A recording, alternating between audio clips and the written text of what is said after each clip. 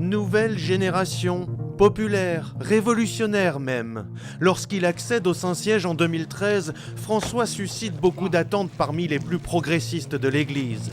Il confirme par ses gestes d'abord, comme ici quelques jours à peine après son élection, dans une prison de Rome, où il lave les pieds de 12 détenus, dont 2 jeunes filles, une première.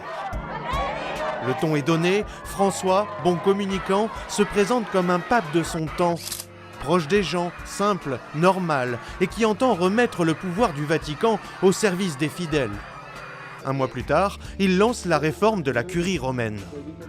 Il a souhaité clairement bouleverser le fonctionnement de l'Église, c'est-à-dire que l'Église fonctionnait sur une base très pyramidale, très hiérarchique, et le pape a voulu renverser cette pyramide, et donc il a souhaité donner la parole aux laïcs, il a souhaité donner la parole aux femmes, il a construit une nouvelle façon de construire des synodes, c'est-à-dire des assemblées pour décider de l'avenir de l'Église, et ça a véritablement révolutionné le fonctionnement de l'Église, et pour toutes ces raisons-là, le pape François ne s'est pas fait que des amis.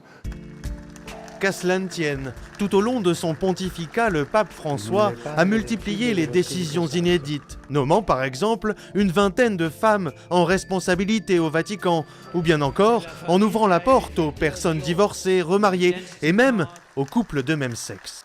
Ça a été un pape progressiste. Il a eu des propos inédits, par exemple pour les personnes homosexuelles, le fameux « Qui suis-je pour juger ?» qui a ouvert la voie en 2023 à la bénédiction de couples homosexuels. Et ses propos aussi pour l'accueil des étrangers, des migrants et les gestes qu'il a pu avoir.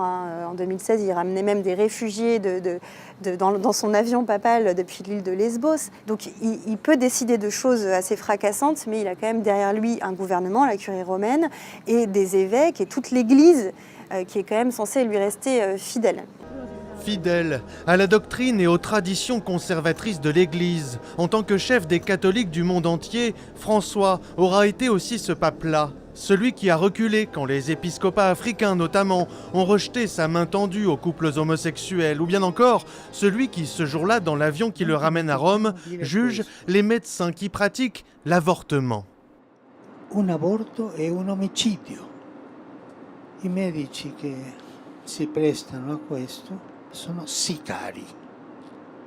Des propos qui ont achevé de convaincre les déçus du pontificat de François. Malgré ses prises de position sur les abus sexuels par exemple ou sur d'autres dossiers internes à l'Église, ses détracteurs estiment qu'il n'a pas été assez loin.